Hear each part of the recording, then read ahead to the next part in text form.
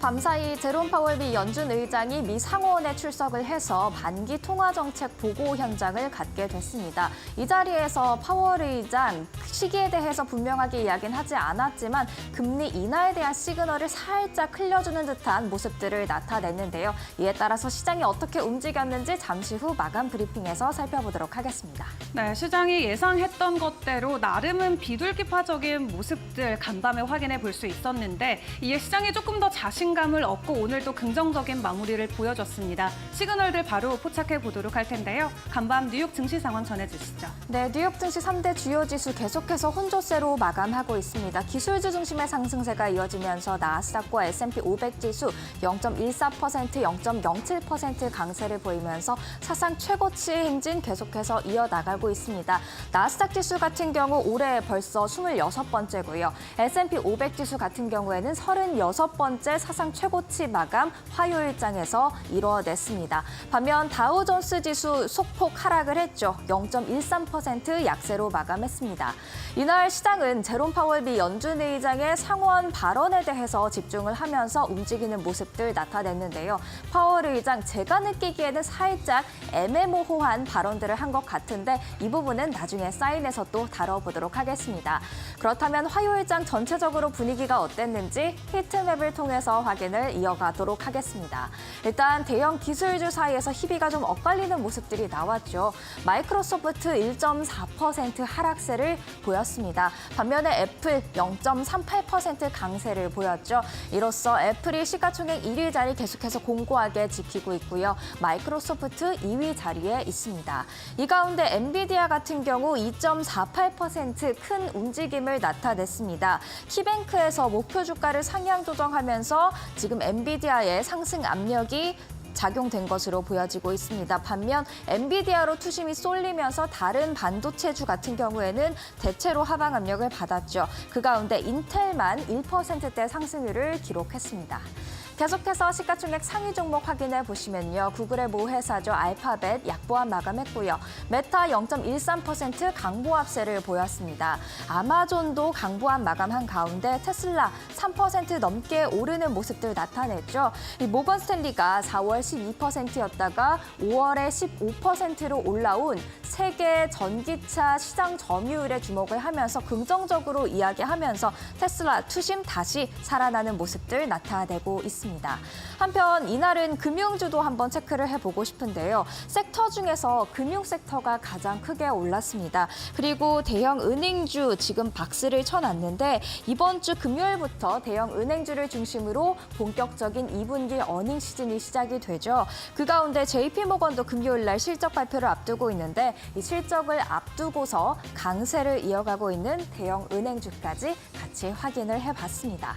그렇다면 일단 빅테크에 아무래도 관심이 많으실 것 같아서 빅테크에 대한 월가의 투자 의견 바로 확인하고 넘어가도록 하겠습니다. 빅테크에 대해서 지금 월가는 어떻게 생각하고 있을까요?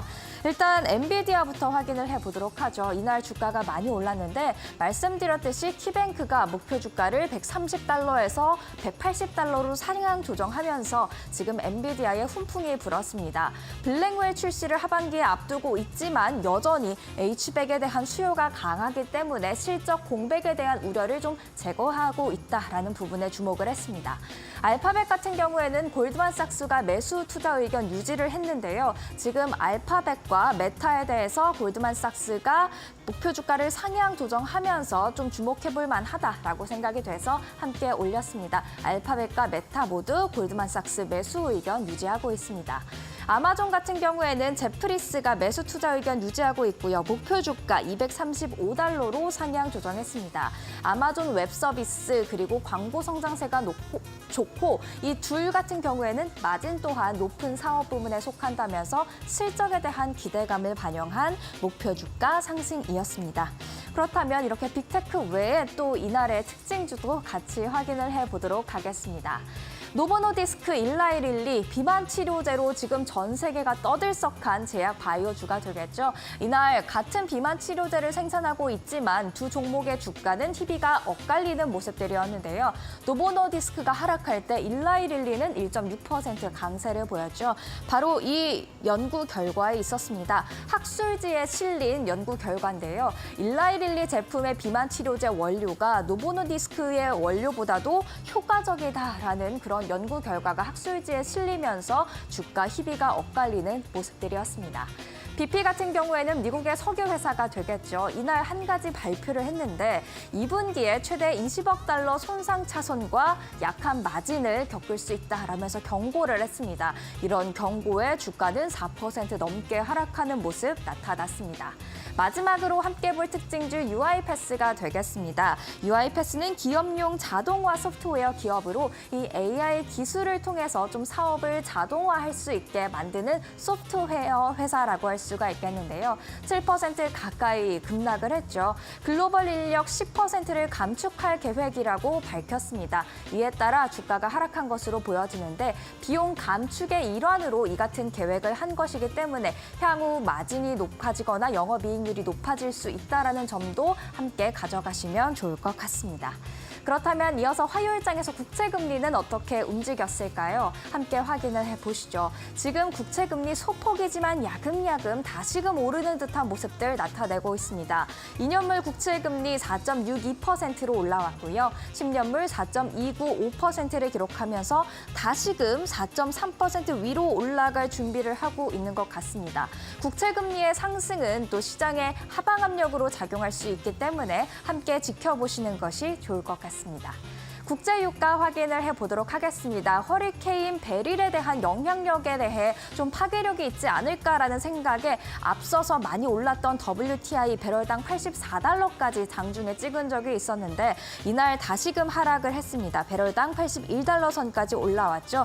일단 허리케인 영향권에서 벗어나면서 계속해서 차익 실현 물량 나오고 있는 것으로 보여지고 있습니다.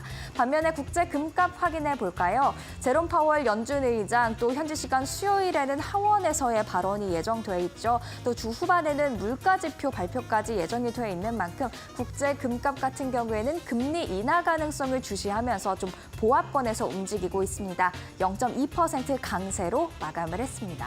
이렇게 일단 화요일장 정리를 해보도록 하겠습니다. 이어서 월가의 전략가를 만날 시간인데요. 전략가는 제롬 파월 연준 의장의 상원 발언에 대해서 어떻게 평가했을까요? 함께 들어보시죠.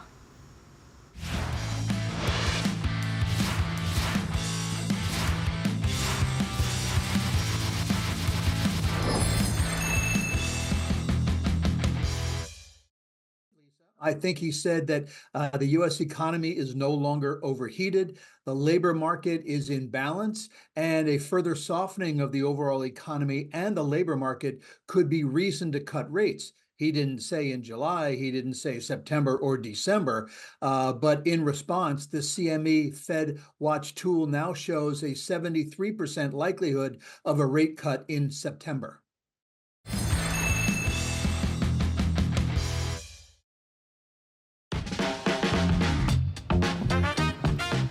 간밤 있었던 주요 외신 헤드라인 함께 확인해보는 머스노 5 시간입니다. 간밤 나스닥과 S&P 500 다시 한번 사상 최고치 돌파에 나서면서 시장의 훈풍은 이어졌습니다. 또 그 안에서도 시장이 주목했던 것은 바로 제롬 파월의 의견이 될 것 같은데요. 이번 달 말에 예정된 FOMC 회의 이전에 있을 마지막 발언으로 보여지면서 오늘과 내일 있을 발표에 시장은 주목하고 있습니다.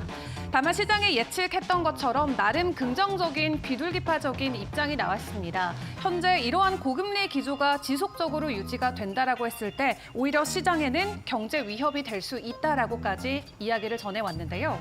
지금까지 연준이 보여줬던 물가 둔화 정책에서 이제는 고용 리스크를 대처해야 된다라는 시각을 또 보여주는 발언이 되기도 했습니다. 현재 미국 같은 경우는 연 5.25%에서 5.5%의 높은 기준금리를 가지고 있죠. 이러한 시기가 길어지게 된다면 자칫 경기 침체로까지 이어질 수 있는 부분이 있기 때문에 적절한 시기에 금리 인하에 나서야 된다라는 입장으로 풀이를 해볼 수 있겠습니다. 다만 고용이 과도 과도하게 약화되거나 경제가 급격하게 꺾이기 전에 먼저 금리 인하를 해야 되기 때문에 아마도 9월 정도면은 금리 인하에 나서지 않을까 시장이 기대를 하고 있는데요. 다만 파월은 기준금리 인하를 단행하려면 앞으로도 물가 상승률 하락세가 지속될 수 있다라는 경제 지표가 추가적으로 확인돼야 된다라는 조건을 달기도 했습니다.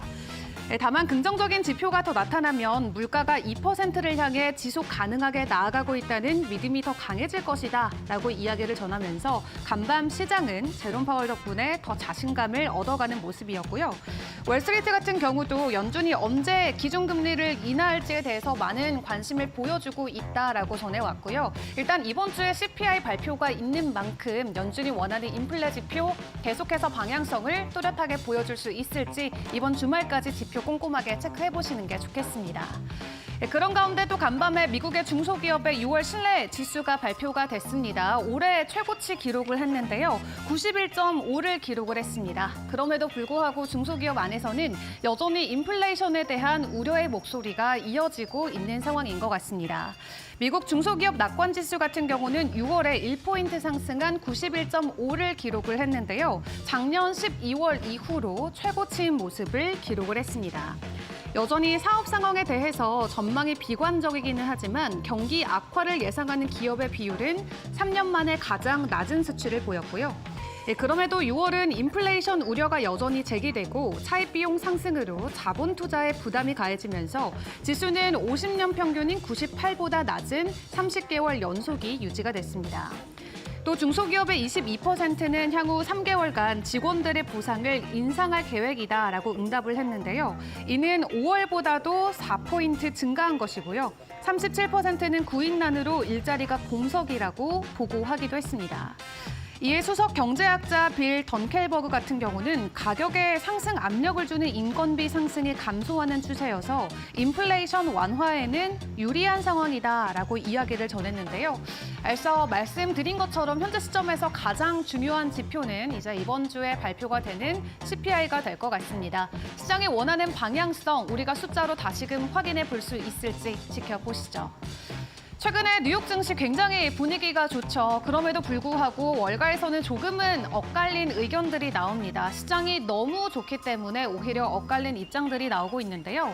지금 지수를 통해서 함께 확인을 해보시면 S&P 500 지수 연초부터 지속적으로 우상향하는 모습을 보여주고 있고요. 그 안에서도 파란 선으로 표시되어 있는 매그니피센트 7 종목들은 더 가파른 상승 흐름을 이어간 게 확인이 되고 있습니다. 이미 너무 많이 올랐기 때문에 고점에 대한 우려감도 있지만 또 일각에서는 추가적인 상승이 충분히 가능하다라면서 긍정적인 전망이 이어지고 있는데 어제 함께 확인했던 머스노 5 시간에서도 이 월가에서는 목표가를 5,800 그 이상인 6,000까지도 올려 잡았다라는 내용을 전해드린 바 있었습니다. 그렇기 때문에 시장에서는 연말까지 지속적인 이 기준금리 인하 기대감과 함께 증시가 더 화랑을 보일 수 있을 것으로 기대하고 있는데요. 다만 조정장이 머지 않았다라는 의견도 시장에 존재하기는 합니다. 일단 11월에 미국 대통령 선거가 있고 또 곧이어 발표되는 미국 기업의 2분기 실적 같은 경우도 우리가 예상하는 것처럼 그닥 그렇게 긍정적이지만은 않을 것이다라는 가능성도 있기 때문입니다. 이에 월가의 대표적 증시 약세론자인 모건 스탠리의 전략가 마이클 윌슨 같은 경우는 이 미국의 정치와 기업 수익을 둘러싼 불확실성이 시장에 부담을 줄 것이다라고 이야기하면서 오히려 3분기에 나올 주식시장 조정에 대해서 대비해야 된다라고 밝혔는데요. 또 월가에서는 3분기 신중론을 취하는 전문가들도 늘고 있습니다. 스콧 루브너 골드만삭스 주식 전략 전문가 같은 경우도 기업들이 내놓는 2분기 실적이 실망스럽다면 8월부터는 고통스러운 한 달을 보낼 수 있다라고 경고의 말을 전해오기도 했습니다. 연말로 갈수록 통화 정책이나 선거와 같은 불확실성이 주식시장에 존재하기는 합니다만 전문가들의 의견이 계속해서 엇갈리고 있는 만큼 매일매일 시장이 보내오는 시그널들을 잘 포착해 보시는 게 중요할 것 같습니다. 이렇게 미국 증시가 강했던 이유, 사실 그 중간에는 AI를 빼놓을 수는 없겠죠. 근데 조사를 해보니까 오히려 미국보다도 중국 안에서의 생성용 AI 사용량이 훨씬 더 높은 것으로 확인이 됐습니다. 글로벌 1위를 차지했다라고 하는데요. 현재 미국 조사기관이 확인을 해본 결과 해당 설문조사에서 중국 같은 경우는 83%가 현재 산업에서 이 생성형 AI를 사용하고 있다라고 합니다. 이는 미국을 포함한 설문조사에 참여한 16개국 가운데 가장 높은 수치를 보인 거고요. 미국 응답자 같은 경우는 65%가 생성형 AI를 도입했다라고 답변했는데 미국 같은 경우도 전 세계 평균치를 웃도는 수치이긴 합니다.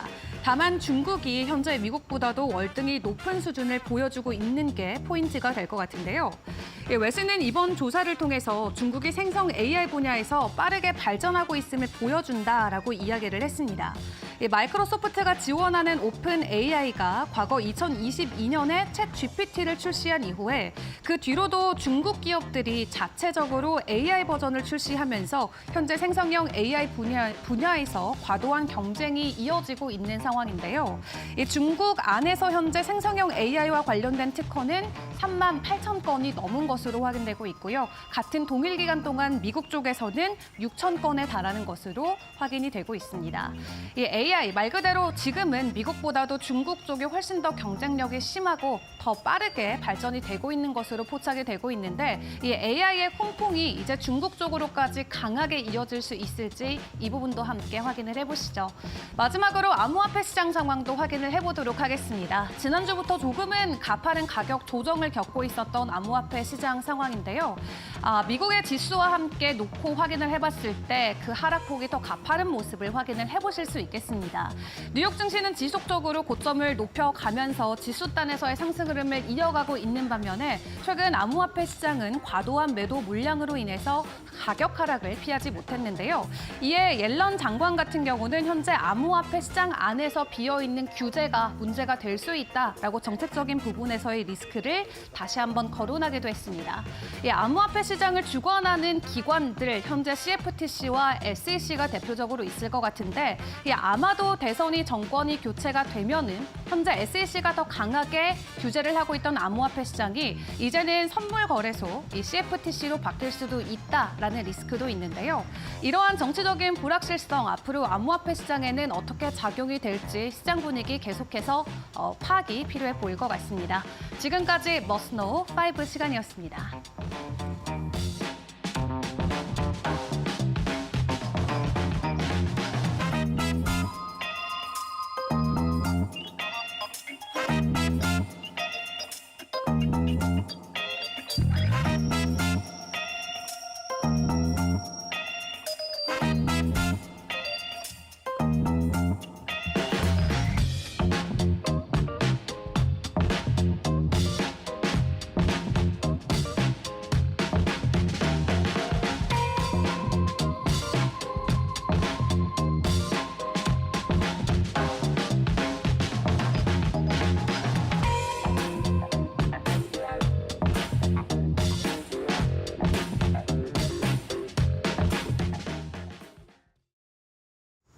마켓 이슈로 이어가겠습니다. 오늘은 이주영 이데일리 글로벌 마켓센터 기자 연결돼 있습니다. 안녕하세요. 안녕하세요. 네, 뉴욕 증시가 또다시 혼조세로 마감을 했지만 그 가운데서도 나스닥과 S&P 500 지수 사상 최고치 행진 이어가고 있습니다. 나스닥 지수는 26번째, S&P 500 지수 36번째 사상 최고치 올해 마감하고 있는데요. 이 행진 어떻게 보고 계신가요? 네, 말씀하신 것처럼 오늘 엔비디아 등 기술주 강세가 이어지며 또다시 나스닥 지수와 S&P 500 지수는 사상 최고치를 경신했습니다. 또 제롬 파월 미 연방준비제도 이사회 의장의 첫날 의회 증언도 예상보다 시장에 우호적이었습니다.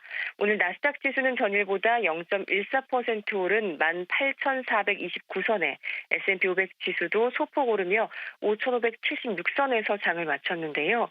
파월 의장이 미 상원에서 반기 통화정책 보고를 앞둔 상황에서도 일찌감치 두 지수는 장 초반 신고가를 새로 쓰며 상승세를 유지하는 모습이었습니다. 반면에 다우지수는 장내내 부진하며 0.13% 하락 마감됐습니다. 주요 지수 상승에는 오늘도 기술주 강세가 가장 큰 힘이 되어졌는데요. 특히 엔비디아가 연일 증권사들의 목표가 상향 소식이 전해지며 또다시 리더 역할을 해줬고 여기에 최근 2주간 투심이 많이 살아난 테슬라도 지수 오름세에 힘을 보탰습니다. 오늘 오펜하이머는 테슬라에 대해 모델 3의 잠재력과 모델 2 도입 그리고 AI와 완전 자율주행 기술도 핵심 성장 동인이 되어줄 것이라고 평가했는데요. 더불어 자동차 부문 외에 에너지 저장 기술 사업부도 테슬라의 강점이라고 꼽았습니다. 또 이번 주 금요일부터 미국 증시에서는 2분기 어닝 시즌이 본격화되는데요.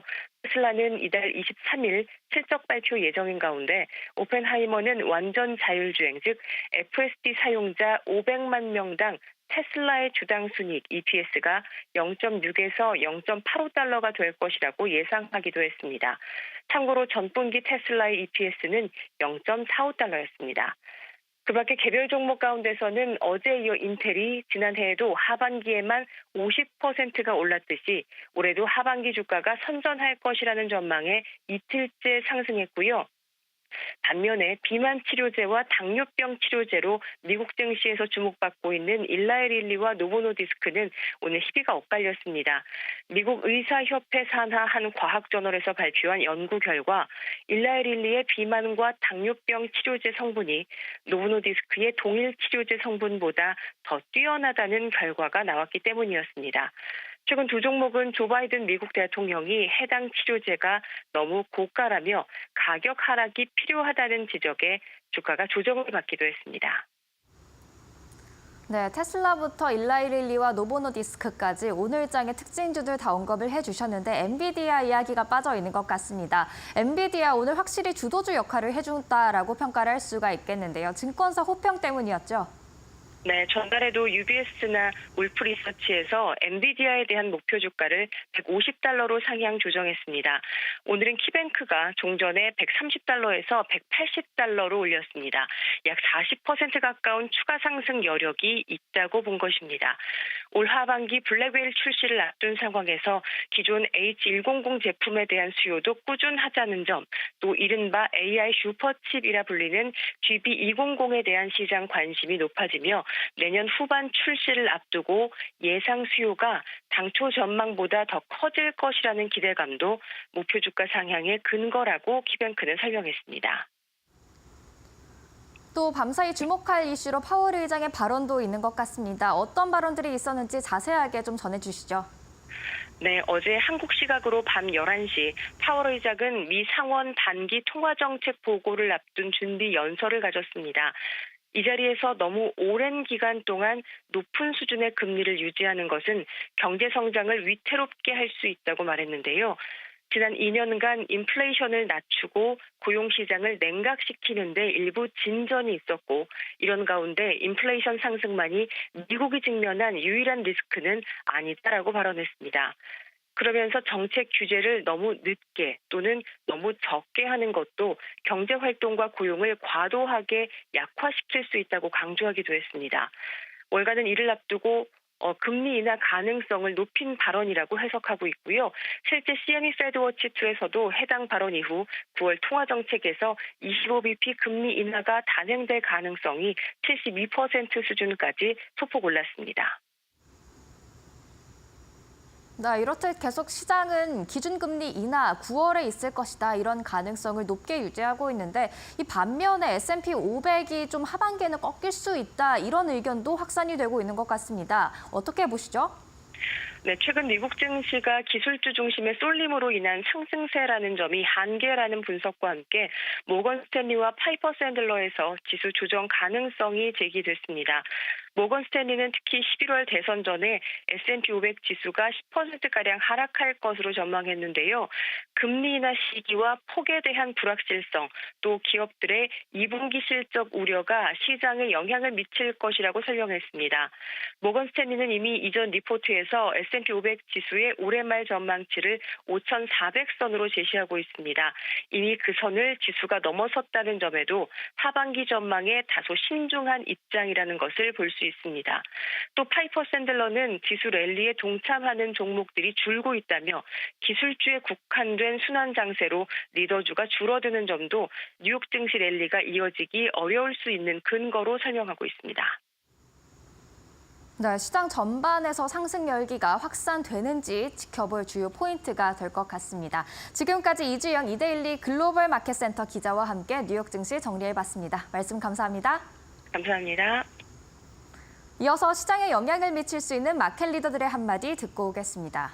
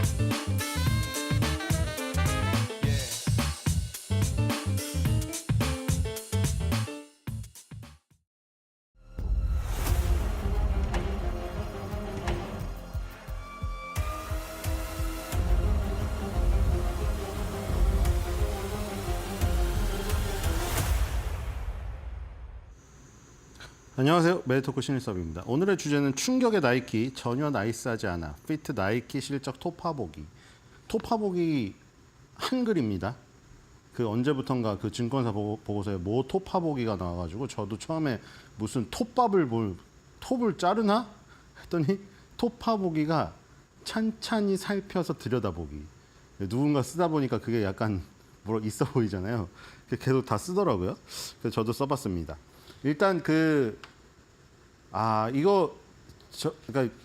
보시는 분의 연령층이 다양해서 어느 세대가 뭐 이렇다 얘기를 하지 못하지만 그 어렸을 때 이렇게 얘기하면 돼요. 초등학교, 중학교 때 고등학교까지 나이키 신발을 굉장히 특히나 남중생, 남고생, 남초, 남중, 남고생들이 특히나 그러죠. 막 그 조던의 그 나이키 신발을 막 구하고 싶어가지고 또 그리고 반에 그 잘 구하는 애들이 있어요. 또 그 막 되게 부러워하고 이랬었잖아요. 근데 제가 지금 초중고를 다니고 있지 않기 때문에 그 상황은 모르겠지만 아마 지금 그런 얘기 하는 사람이 없겠죠.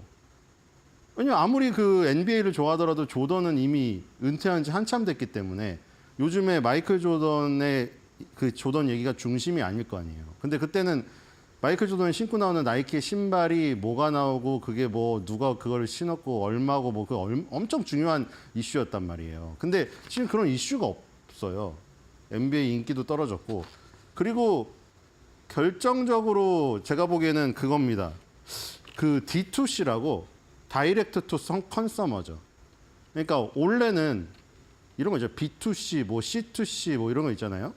근데 원래는 B2C, 비즈니스에서 컨서머로 가는 그거 아니면 요즘에 이제 다큐멘터리 봤더니 알리테무의 공습 얘기 막 나오더라고요. 근데 거기서 그 알리테무 굉장히 많이 시키시는 분이 나와서 그 말을 하더라고요. 아니 가격이 예를 들어서 4분의 1 정도밖에 안 한다면은 만약에 그거를 사가지고 AS 하거나 버리는 값을 치고라도 그걸 산다고 하더라고요. 뭐 발암물질은 두 번째로 치고. 그러니까 지금 그런 온라인 플랫폼들의 공습이 예전에 뭐 아마존이나 이런 거에서 이제 알리테무 같이 더 그냥 완전 싸게 후려치는 대로 가버린 거예요. 근데 이제 나이키는 이제 과거에 그 생각이 있잖아요. 나는 마이클 조던이 신던 신발이고 그때 아디다스를 이겼고 한동안 계속 나이키는 뭐 특별히 뭐 우리가 마케팅을 하거나 이러지 않아도 소비자들이 알아서 그 모델이 뭔지를 찾으려고 전 세계에서 달려든다. 약간 콧대가 높아져 있잖아요. 그러면은 우리가 굳이 뭐 아마존에 들어가 네이버에 들어가 뭐 알리테무는 너무 심하게 얘기 안 하겠어요. 거기는 경쟁이 아예 가격 경쟁이 안 돼요. 그래서 거기 들어가서 왜 팔아야 돼? 거기 입점 수수료를 내야 될 거 아니에요. 아마존이나 네이버에. 근데 우리는 나이키인데 왜 굳이 우리가 넓게 알리고 아마존에 들어가야 돼? 소비자들이 알아서 찾아오겠지. 매장이 여기 있어도 멀리 버스 타고 옛날에 어렸을 때 곤지암에 나이키 뭐 있다고 해서 버스를 몇 번 갈았다고 갔어요. 옛날에는. 요즘에 안 그럴 거 아니에요. 그러니까 그런 거에 젖어 있었던 거죠. 그래서 아마존하고 공급 중단을 했어요. 근데 나이키는 자신이 있었던 거죠. 나이키 그냥 어플 만들어가지고 글로 찾아오겠지. D2C. 요즘 유행하니까. 다이렉트 투 컨서머가 유행하기도 하니까. 그런데 웬걸? 젊은 사람들의 생각은 달랐던 거예요. 물론 젊은 사람이라는 그 젊은이 어떤 세대의 구분이 좀 그렇지만 여기에서는 보통 뭐 중고생부터 20대, 30대 초반 그 정도까지 30대 초반 뺄까요? 하여튼 그 정도까지 젊은 사람들의 생각은 달랐던 거예요. 아니 뭐 우리는 그 세대도 아닌데 우리가 왜 나이키를 굳이 찾아가야 돼? 인터넷을 뒤져보면은 엄청나게 많은데 그리고 우리는 나이키를 그렇게 비싸게 살 돈이 없는데 이렇게 돼버린 거예요. 그래서 지금 붕 떠버린 거죠. 아마존을 버렸는데 D2C를 했는데 오프라인 매장에 사람이 안 찾아와요. 그래서 어떻게 됐느냐? 그 지금 뭐 인터넷 플랫폼에 공급하는 그 중간 라인들이 다 버려진 거예요, 지금. 중간 라인들이 다 버려졌어요. 그 결과가 여기 나온 거예요, 지금. 그러니까 인터넷 사이트에 납품을 하는데 중간에 공급해주는 업체들이나 사람들이 있을 거 아니에요. 그 소사장님들이. 그 소사장님들하고 인연이 절단됐어요. 왜냐면 우리는 어플 만들어서 나이키 어플로 다 찾아올 건데 그런 분들 필요 없다 이거죠. 그때 그런 분들 인연이 다 끊겼어요. 그래서 지금 이 매출액 레비뉴가 2023년도 4분기 실적 결과가 나왔죠. 그래서 2023년도 4분기 대비해서 매출액이 2% 줄었습니다. 물론 절대적인 크기는 아직도 커요. 아직도 저기 분기당 12.61 분기당은 아닌데 대충 한 분기에 요 정도 번다는 거예요. 지금 12.61 빌리언 달러를 벌어들이고 있어요. 아직도 절대적인 건 많이 벌어들이죠. 그리고 이게 지금 순수익 1.50 빌리언 달러 45% 일단 증가를 했네요. 2023년도 4분기 대비해서. 그리고 이거를 나눴더니 당연히 여기서 1.50이 45%가 늘었으니까 그걸 나누니까 주당 0.99가 나왔습니다. 자, 근데 여기 보니까 이 그 조정한 거 있죠? 조정한 거를 했더니 1.1%가 늘어서 5.63 빌리언 달러가 나왔어요. 아, 이건 그로스 프로핏이네요. 성장 이익이 요 정도 나왔습니다. 근데 여기서 시장이 주목한 건 저겁니다. 매출액이 줄었다. 그리고 그 매출액이 줄은 것도 컨센서스 하회를 했어요. 지금 어디에서 줄었나 봤더니 당연히 나이키는 일단 신발입니다. 뭐 나이키 옷을 추리닝을 많이 입고 다니시는 분도 계신데 비중 자체가 거의 70% 가까운 게 지금 풋웨어예요. 근데 그 풋웨어에서 매출이 레비뉴 믹스, 매출이 4%가 줄었어요. 그러니까 신발이 70% 매출 비중을 차지하는 신발이 지금 나이키에 뭔가 문제가 생긴 거예요, 이게. 그러니까 나이키 신발을 사러 가서 그 매장에서 신발에 맞는 예쁜 옷이 있으면 옷까지 덤으로 사오잖아요. 근데 신발을 사러 안 가버리니까 옷도 그냥 안 되는 거죠. 옷만 따로 사러 가진 않거든요. 그 옷도 그냥 자기가 좋아하는 메이커의 옷을 사지. 그래서 어페럴 부분은 3%가 늘었습니다. 살짝 늘었죠. 그리고 이카이프먼트, 용품 같은 건데 뭐 이거는 적잖아요. 뭐 나이키 뭐 손목 밴드도 있을 수도 있고 헤어밴드도 있을 수도 있고 나이키 뭐 그려진 공도 있을 수 있잖아요. 근데 그거는 4.6%로 너무 매출 비중이 적어서 여기서 아무리 이카이프먼트가 34% 성장해봐야 전체 매출에 영향 미치는 비중 자체가 적어서 이 전체 매출이 줄어드는 거를 커버를 칠 수가 없었어요. 그리고 지금 줄어든 지역을 보니까 늘어난 데는 유일하게 뭐 이런 데잖아요. 에이펙이나 라틴 아메리카 그리고 차이나. 그러니까 지금 중국 애들이 나이키를 의외로 요즘에 테슬라도 그러죠. 테슬라 전기차나 미국의 나이키나 이런 것들을 중국 애들이 어느 정도 받아주고 있어요. 왜냐하면 중국은 거차오 열풍이 커서 초등학교 때부터 교과서에다가 애국주의를 계속 심어. 애국주의, 너네 애국해야 돼. 애국하려면 뭐 해야 돼? 국산 써야 돼. 그러니까 우리나라가 아니라 중국 애들한테. 너네 우리나라들 중국산 써야 돼. 계속 그런 거예요. 어렸을 때부터 그렇게 세뇌 교육을 받으니까 삼성전자, 갤럭시폰, 뭐 우리나라 현대차, 미국 테슬라 안 쓰고 자기네 나라 핸드폰, 자기네 나라 전기차, 자기네 나라 옷 쓰는 거예요. 신발 이렇게 사는 거예요. 그럼에도 불구하고 중국이 늘었으나 충격적으로 본진이 준 거죠. 본진이. 미국이 1% 줄어버린 거죠. 미국이 1% 줄어버리는 바람에 이런 영향을 미쳤다. 그리고 매출 믹스에서는 푸드웨어가 줄었다. 이게 가슴 아픈 겁니다. 근데 그게 또 컨센서스 만약에 상회를 했으면 그나마 다행이라고 했잖아요. 전체가 낮게 나와도 시장 예상치 대비를 뛰어넘는다면 그나마 그렇죠? 왜냐하면 시장 예상치 눈높이 자체가 낮았으니까 그러면 그걸 감안해서 그 정도를 뛰어넘는 정도로 선방을 하면 그래도 선방했네 하겠잖아요. 그럼 이제 컨센서스를 보죠. 시장의 눈높이가 어땠나? 나이키에 대한 시장의 눈높이를 보겠습니다. 자, 다음을 보시면 요거 먼저 보죠. 자, 지금 목표가가 어느 정도 한번 봅시다, 먼저. 에버리지가 92.48인데 지금 이게 평균이 92.48이잖아요. 지금 이 주가 수준부터 30%를 올라야 겨우 컨센서스 평균에 도달한다는 거예요, 지금. 의견을 볼까요? 투자 의견. 예, 투자 의견 모더레이트 바이. 투자 의견도 보시면은 모더레이트 바이는 모더레이트 바이인데 솔직히 모더레이트 바이에 겨우 살짝 걸쳤어요. 왜냐면 여기에 바이가 13인데 홀드가 17이거든요.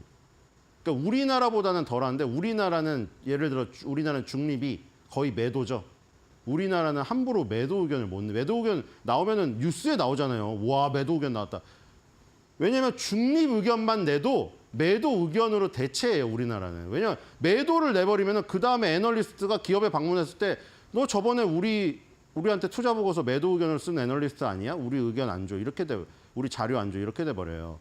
그런데 이제 미국은 그게 덜하니까 공매도 리서치도 있으니까 아예. 그러니까 뭐 그걸 감안하더라도 어쨌든 17홀드라는 게 그러면은 그렇죠? 매도 의견은 아니더라도 중립적인 게 더 많다는 거잖아요. 그러니까 애매한 모더레이트 바이 겨우 걸쳤다. 이렇게 보시면 될 것 같고요. 시장의 의견도 별로 안 좋죠. 자, 이 어닝 컨센서스들을 보겠습니다. 이게 또 나오군요. 자, 이건 아까 전에 그려놓은 겁니다. 아까 전에 왜 미국을 주로 봤느냐? 노스 아메리카가 비중이 가장 높으니까. 결국 이것도 마찬가지예요. 중국이 그레이트 차이나라고 돼 있는데 여기 차이나가 3% 늘었잖아요. 하지만 차이나의 매출 비중은 아직 적기 때문에 전체의 그 매출 비중 하락을 커버치지 못한다는 거예요. 중국 애들이 아예 그 자기네 걸 다 버리고 일로 오지 않는 이상. 그래서 지금 매출 비중이 미국이 높기 때문에 그 부분에서 컸다. 이렇게 보시면 될 것 같고요. 자, 매출 내역은 요건 나온 겁니다. 푸데어가 가장 절대적이다. 그렇죠? 요건 나온 그림이고요. 그다음에 컨센서스가 나올 겁니다. 자, 그래서 이게 여기서 지금 충격적인 거죠.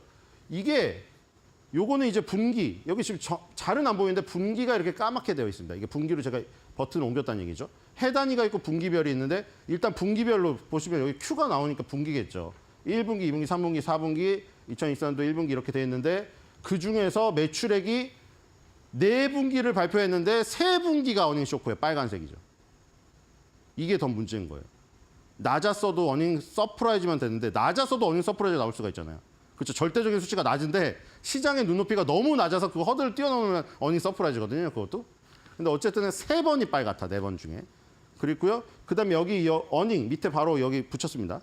어닝은 그나마 서프라이즈가 나왔습니다. 근데 이제 여기에 주목을 한다고 했죠, 지금. 왜냐면 나이키의 전체 매출이 떨어지는 것은 일단 이 매출이 더 중요해요. 영업이익도 중요하지만 매출이 줄어든다는 것은 사업의 사세가 확장되는 게 아니라 사세가 기운다는 거예요. 일단 물건을 많이 팔고 거기서 마케팅 비용이나 이런 거를 줄여나가면서 이익을 추구하는 이거 아니면 둘 다 상승하는 이게 최적인데 지금 일단 이 매출이 줄어들기 때문에 이 매출을 올리는데 일단 힘을 써야 된다. 그래서 디즈니랑 똑같은 작업을 합니다. 우리가 디즈니 했죠. 디즈니가 계속 PC주에 젖어서 뭐 그것뿐만은 아니겠지만 여러 가지 이제 사세가 기우니까 옛날에 그만두신 은퇴하신 분 밥 아이거를 다시 데려왔어요. 아직 효과는 없죠, 주가에. 여기도 마찬가지예요. 여기도 지금 위기에 있으니까 은퇴해서 해변에서 쉬고 계신 분을 다시 불러왔어요. 옛날에 미국 그 지사를 담당하셨던 미국 판매를 담당하셨던 부분을 다시 데리고 왔습니다. 이번 6월 달에. 아직 시간은 짧지만 어쨌든 효과가 얼마나 있을지 봐야 될 것 같고요. 자, 다음으로 가겠습니다. 자, 이거는 뭐 해 단위로 한 겁니다. 연 단위로 한 건데 연 단위로도 지금 여기 빨간불이 들어왔어요. 2023년도 작년에 매출이 어닝 4분기를 다 합쳤더니 어닝 쇼크예요. 그러니까 지금 그 전에 3년 동안 늘고 있다가 늘고 있는 그 추세 속도도 줄었고 그것도 컨센서스 하회가 돼서 빨간색이 나와버렸다는 거예요. 그러니까 지금 다행히 여기 지금 이익은 아까 전에 4분기가 다 이익이었으니까 1년으로 쳐도 아직은 저 어닝 서프라이즈죠. 근데 여기에 주목을 하는 거예요. 매출액이 3년 연속 늘다가 꺾인 거예요, 지금. 그게 지금 문제인 거고. 그래서 왜 꺾였나 이렇게 분석을 하고 있습니다. 자, 다음으로 가겠습니다. 자, 차트입니다. 차트가 자, 일봉으로 보면은 뭐야? 생각했던 것보다 많이 안 떨어졌는데? 자, 근데 이 모습이 주봉 월봉으로 가면은 어느 정도 위치인지 보이겠죠, 이제. 주봉 월봉으로 가봅시다. 자, 여기가 위험합니다. 보세요. 지금 여기 한번 떨어졌던 저점이 있잖아요. 여기 잘 보시면은 급락을 했다가 겨우 살렸던 지금 거기를 깼습니다. 자, 이게 바로 전저점을 깬 거죠. 이 전저점을 만약에 깨고 내려가면은 그 밑에는 공간이 열려 있거든요. 자, 얼마나 열려 있나 봅시다. 월봉으로. 자, 저기 지금 장대 음봉이 위험한 게 그쵸? 보세요.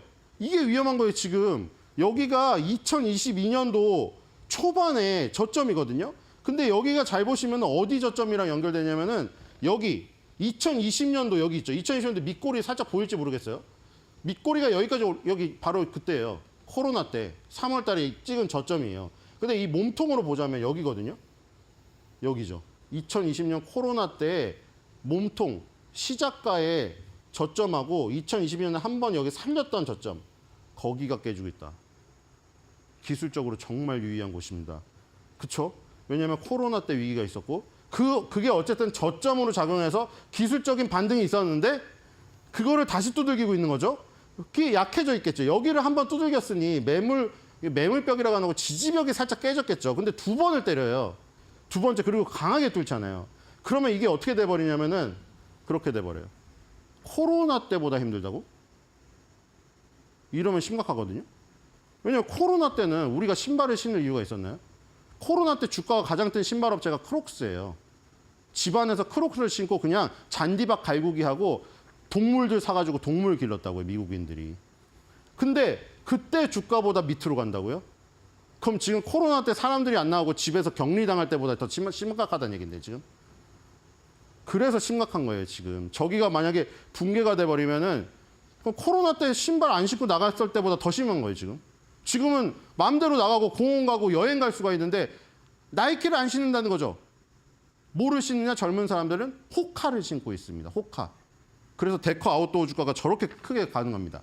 자, 그래서 오늘의 한 줄 매드평은 자, 어린 친구들과 어울리면 그들의 트렌드를 따라야 됩니다. 어쩔 수 없어요. 마이클 조던을 아무리 우상 숭배를 한다고 해도 신발장에 예쁘게 전시만 해놓고 팔기는 하는데 나갈 때는 다른 거 신고 나가지 안 그러면은 아재 소리를 듣습니다. 그래서 어린 친구들과 런닝할 땐 나이키 말고 호카.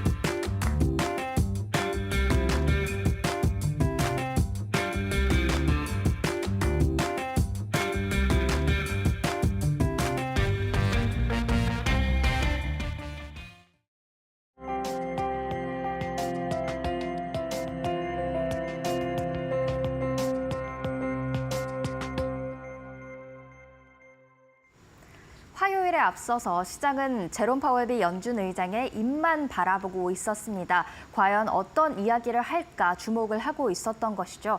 그런데 이 이야기가 살짝은 애매모호하지 않았나라는 생각을 해봅니다. 그렇기 때문에 시장은 긍정적으로 해석을 하면서도 강하게 오르지 못한 면이 있지 않았나라는 생각까지 들고 있습니다. 물론 여러 가지 다른 이유들도 있겠지만요. 그래서 왜 파월 의장이 애매모호하다고 생각했는지 오늘 그 발언들 정리해보면서 향후 시장에 어떤 영향을 줄지까지도 시그널 포착해 보도록 하겠습니다. 파월 미스터 애매모호 지금부터 시작하겠습니다. 일단 파월 의장이 어떤 발언을 상원에서 했는지부터 제가 정리를 한번 해봤습니다. 굳이 분류를 하자면 굿과 배드로 한번 분류를 해봤는데요. 일단 시장이 긍정적으로 해석할 만한 발언들이었습니다. 긴축 정책을 너무 늦게 또는 너무 조금 완화하면 경제 활동이나 고용이 과도하게 위축시킬 수 있다. 있다라는 발언이었습니다. 금리 인하 시그널을 줬다라고 해석을 할 수가 있겠죠. 또 경제가 더 이상 과열 양상을 보이지 않는다. 다음 정책 방향이 금리 인상일 가능성은 매우 적다. 이 두 가지 발언 또한 시장이 긍정적으로 해석할 여지가 다분한 발언이었습니다. 반면에 나쁘다까지는 아니더라도 조금은 이렇게 반응할 만한 애매모호한 그런 발언들이었습니다. 더 많은 좋은 지표가 나오면 물가 상승률이 2%로 지속적으로 향하고 있다는데 더 많은 자신감을 얻을 수 있을 것이다. 계속해서 기다릴 것이다 라는 그런 시그널도 같은 날 줬고요. 또한 70년대 상황으로 얻은 교훈이 있다면 인플레이션 싸움에서 이기기 전까지는 정책을 고수해야 한다는 것이다 라는 발언도 했습니다. 마찬가지로 확신을 얻기 전에 급하게 서두르지 않겠다라는 시그널 함께 줬죠. 이렇게 파월 발언 조금은 좀 나뉘는 그런 발언들이 섞여 있지 않았나라는 생각이 드는데요. 이렇게 나뉘어진 발언에 대해서 월가에서는 어떻게 해석을 했을까요? 역시나 좀 양분된 반응들이 있지 않았나라는 생각을 해봅니다. 월가의 반응 함께 이어서 보시죠. 일단 긍정적으로 해석한 부분이 있다면 금리 인하 충분히 기대할 만하다라는 평가였습니다. 고용 시장이 약해지고 있고 이 부분을 파월 의장이 주목하기 시작했다라는 평가가 있는데요. 고용 시장 약화로 인해서 금리 인하 가능성을 높일 수 있다. 연준이 다시 한번 테이블 위에 올려서 체크할 것이다라는 주장이 있었죠. 반면에 약해지는 경제 그 자체를 경계해야 한다, 걱정해야 한다라는 그런 주장도 있었습니다. 경제가 약해지고 있다는 것은 간과하고 연준의 금리 인하가 상승 모멘텀이 될 것이란 기대만 너무 크게 가지고 있어서 S&P 500의 전망이 조심스럽다라는 다소 좀 신중한 의견이 있었죠. 그렇기 때문에 월가에서도 지금 금리 인하 그 자체는 좋겠지만 경제가 약해지는 것 또한 충분하게 반영하기 시작할 필요가 있다라는 그런 경고성 발언들도 조금씩 나오고 있습니다. 한편 파월 또 연준이 금리를 인하하려면 인플레이션이 2%로 향하고 있다라는 자신감을 더 얻어야 된다라고 말을 했죠. 과연 인플레이션 2%에 도달할 수 있을까요? 이번 주 후반에 추가적으로 그 가능성을 확인할 수 있을 것으로 보이는데요.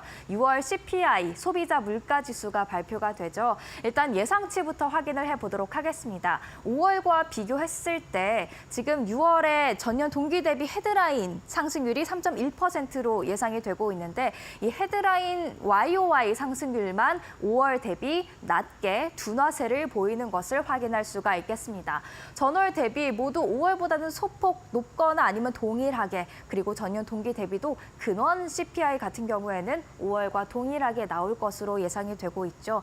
그나마 긍정적인 부분 우리가 계속해서 주목을 하고 있지만 5월에 비해서 이 6월의 헤드라인 CPI 상승률이 둔화될 것이다라는 점에 주목을 하고 있습니다. 이렇게 실제로 3.1%로 나오게 된다면 3개월 연속 둔화세를 이어가게 되는데요. 7월 금리 인하를 주장하는 그 근거가 되기도 하고 있죠. 다만 지금 시장은 7월 금리 인하 가능성을 크게 보고 있진 않습니다. 동결 가능성이 우세한데요. 페드워치를 통해서 시장이 어떻게 생각하고 있는지도 확인을 해보도록 하겠습니다. 지금 가장 진하게 칠해진 바가 현재의 기준금리 가능성에 대한 시장의 생각이라고 볼 수가 있겠습니다. 5.25에서 5.5%로 그대로 7월에 동결될 가능성이 가장 높다. 지금 조금씩 일주일 전보다 이틀 전보다 높게 형성되고 있다라는 것을 확인을 할 수가 있습니다. 지금 거의 95%에 육박하는 그런 동결 가능성 7월에 보이고 있고요.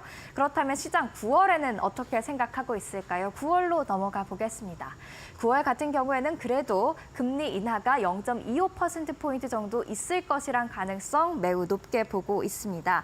지금 70%에 육박하고 있는데요. 이틀 전이나 일주일 전에 비해서는 다소 조금 특히 이틀 전에 비해 소폭 하락한 경향이 없지 않아 있지만 그래도 60% 넘는 70%가량의 매우 높은 가능성 유지를 하고 있습니다. 즉 7월은 시장도 이르다고 보고 있고 있고요. 9월에 첫 금리 인하가 있을 가능성 높게 보고 있습니다. 시장과 월가도 발을 맞추고 있습니다. 이 부분에 대해서는요. 월가의 시장 생각 비슷하다라는 제목을 달아봤는데요. 전체 21개 증권사 중에서 지금 올해 0.25%포인트, 즉 한 번의 베이비 스텝 인하 가능성을 예상하는 증권사 수가 8곳에 달하고요. 그리고 두 번 0.5%포인트 인하 가능성을 예상하는 곳이 7곳에 달합니다. 즉 21곳 중에서 15곳이니까 대략 75% 정도가 올해 그래도 시장이 9월 또는 11월이나 12월에 한 번에서 두 차례 정도 금리 인하에 나설 것 같다라는 생각, 발을 맞춰서 하고 있는 것으로 보여집니다. 그만큼 이 방향을 결정짓기에는 6월 CPI가 어떻게 나오냐가 중요할 것으로 보여지는데요. 시장이 6월 CPI에 많은 관심을 보내고 있는 만큼 트레이딩 관점에서도 한번 살펴볼 필요가 있을 것 같습니다.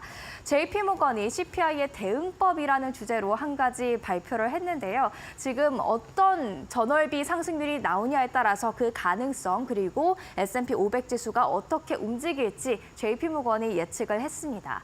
지금 6월 CPI가 전월 대비로는 0.1% 정도 상승, 0.15% 정도 상승이 예상되고 있다 보니까 이 시나리오 그리고 이 시나리오가 가장 유력하지 않을까라는 생각을 해봤는데요.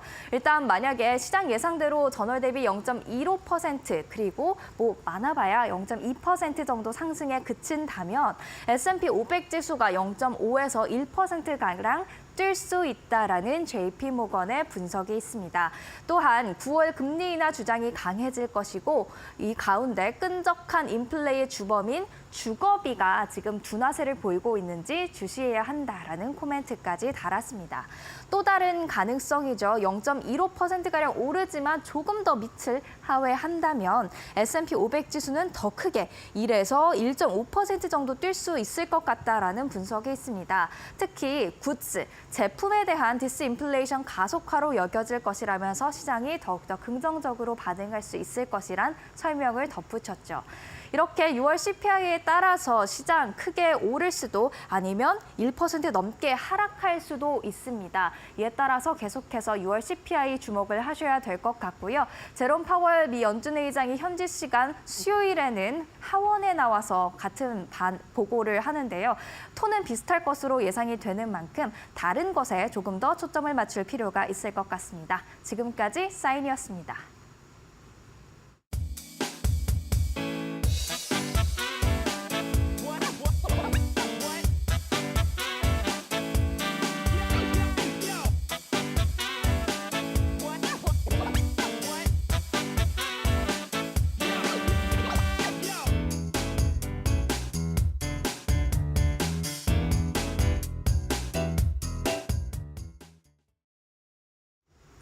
밤사이 테슬라 그리고 엔비디아의 주가가 강하게 올랐습니다. 이 부분 국내 증시에도 영향을 줄지 2부 코리안 마켓 사인즈에서 더 자세하게 다뤄보도록 하겠습니다. 네, 어제 2차 전지 국내 증시에서는 약간 약한 모습을 보였는데 오늘도 테슬라의 추가적인 주가 상승, 국내 증시에 힘이 되어줄 수 있을지 잠시 후 7시에 돌아와서 여러분과 신호들 포착해 보도록 하겠습니다. 채널 고정해주세요.